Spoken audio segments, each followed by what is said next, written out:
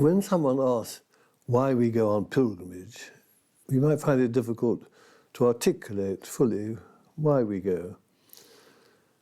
And the reasons would be multiple. Some we could articulate, probably some we can't articulate. To deepen our lives, to help put things right that are wrong, to help others, and so forth.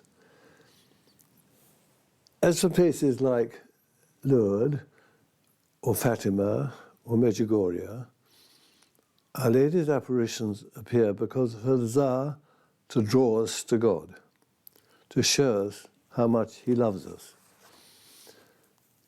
I think one of the most challenging statements of Jesus in St. John's Gospel is this: "As the Father has loved me, so I have loved you."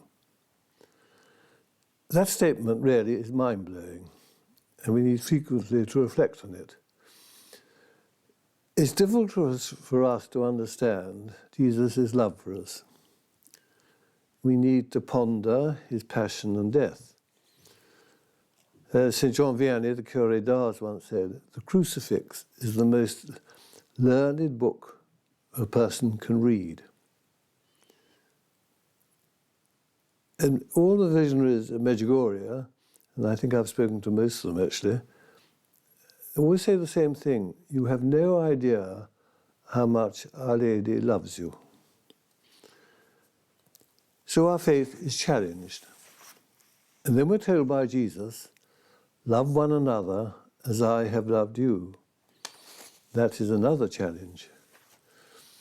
It's reiterated, of course, in Jesus' famous answer to the lawyer, who asked him, "Teacher, which commandment in the law is the greatest?" And you know the answer. Jesus answered, "You should love the Lord your God with all your heart, with all your soul, and with all your mind.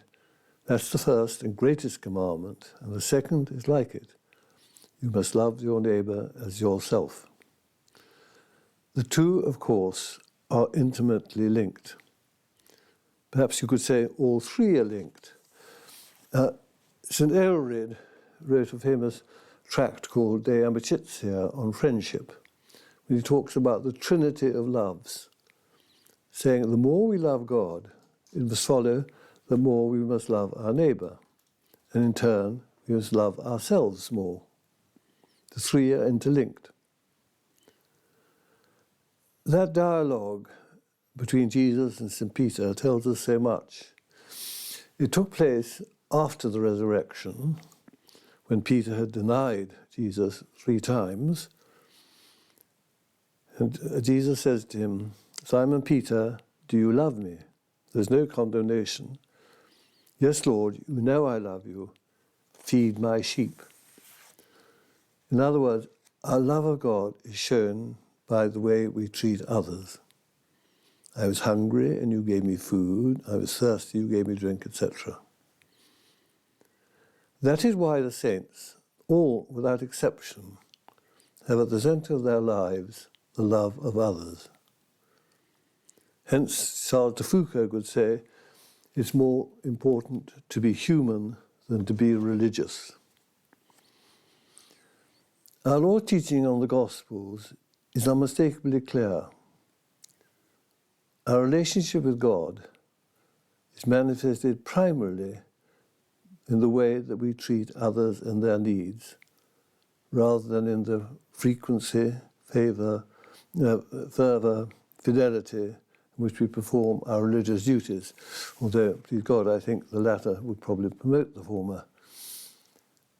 Really, our love of others and the love of God are two aspects of the same thing. Do you remember that wonderful chapter, the first letter of St. John, chapter 4? Anyone who fails to love can never have known God, because God is love. That is extraordinary. They're extraordinarily challenging words, those. They're simple, they're exhilarating, they're profound. Human love is divine love in disguise. And St. Augustine said, "The love with which we love others is the same love with which God loves us." St. Augustine could say, therefore, make humanity your goal, and you will find your way to God. Love elicits love. It is wonderful to see the expansion of a person's personality when they realize that they are loved. You see it in engaged couples. You see it in those wonderful Cenacolo communities, there's obviously one in Lourdes, where people who have been deeply wounded have their lives transformed by their mutual love. And the same can be said about the spiritual life. It flourishes when we accept that we're loved unconditionally by God. Hence Jesus tells us to love our neighbour as ourselves. That means we have to accept ourselves with the same generosity as we accept others, our weaknesses, our warts and all.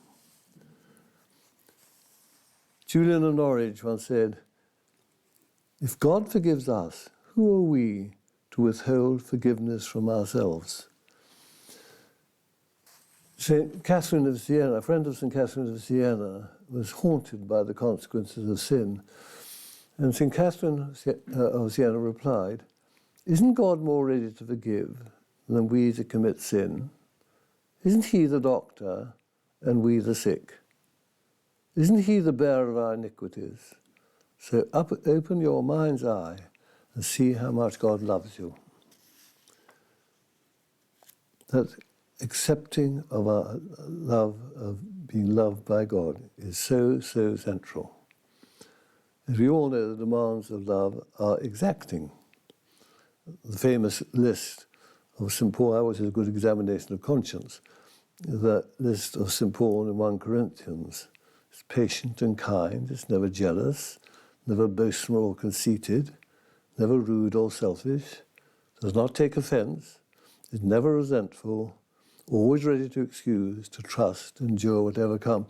You could actually put the word Jesus instead of love. That Jesus is patient and kind, does not take offense, is never resentful. If you do it that way, actually it's quite powerful. It was St. Basil who said, "Fashion a merciful and kind heart, and you'll clothe yourself with Christ." Love is so often portrayed as a soft virtue, a matter of feeling, subjective, purely emotional. That is why marriages occasionally break up, because they see love as an emotional thing primarily. The reality is so much more exacting. It's based on determination, choice. We love because we choose to love. True love is based on commitment. Our duty, you might say our mission, is to bring God's love to others, to be witnesses of God's love to others. Pope Paul VI, a wonderful man, said, "People listen to witnesses, not to teachers." I always think of when Augustine went to visit Ambrose, hoping he would teach him about rhetoric, and was converted by Ambrose, not by Ambrose's arguments, but by his kindness. We are God's instruments. That famous passage of St. Teresa of Avila, "Christ has no body now on earth but yours, no hands but yours, no feet but yours. Yours are the eyes through which Christ shows his compassion on the world," and he goes on and on. You probably know that. We are literally the missionaries of God. And there's a remarkable example of that I don't know if any of you read the works of Etty Hillesum, the Jewish woman working in the transit camps in Holland during the Second World War, sending Jews to their fate. She found herself crying out to God to help her and to many others in their distress. Then she realized, it's not I that need God, but God that needs me. And I think we need to reflect on that, actually. But all this is very demanding. I suppose you can say one of the greatest obstacles to love is the lack of forgiveness. The Greek word to forgive means to liberate, to bring people out of danger. That, of course, is what God does for us, and we have to do it to others. Forgive us our trespasses, as we forgive those who trespass against us.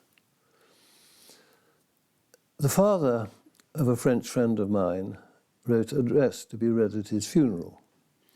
It's a very moving address. He starts by talking about thanking his family for their love and thanks God for his faith. And then he adds this. I'll read it to you. And also, while I have the opportunity and you are obliged to listen, I would like to ask you something of you. Forgive.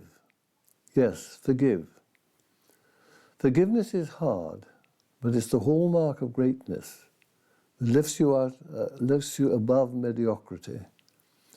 To forgive is not to admit or excuse.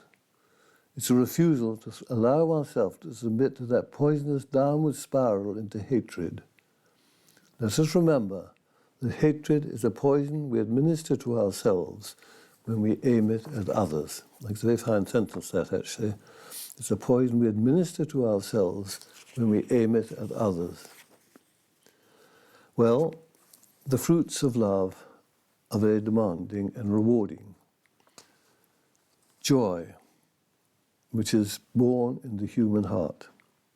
Peace, our deepest rest, is to be found in love. Love empowers. It makes us grow. Above all, it gives some sense of God's extravagant love of us. Without it, you might say, we are enfeebled, we are doomed.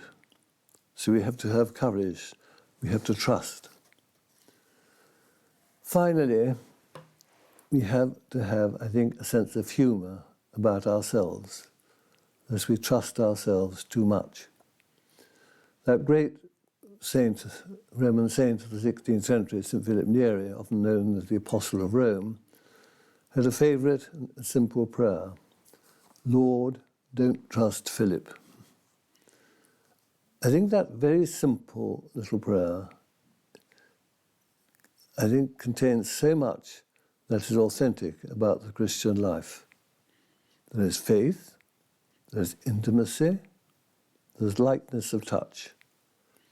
And it shows that indispensable love of ourselves, so that we forgive ourselves, accept our imperfections, laugh at ourselves.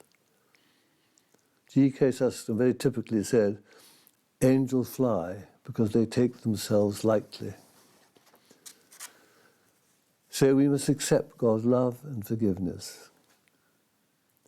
Our conversion involves a turning back to the solid place of God's love every day.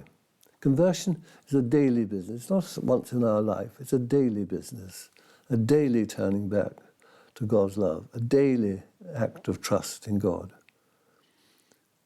a daily acceptance of his forgiveness.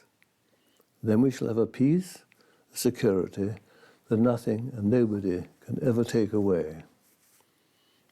God bless you all.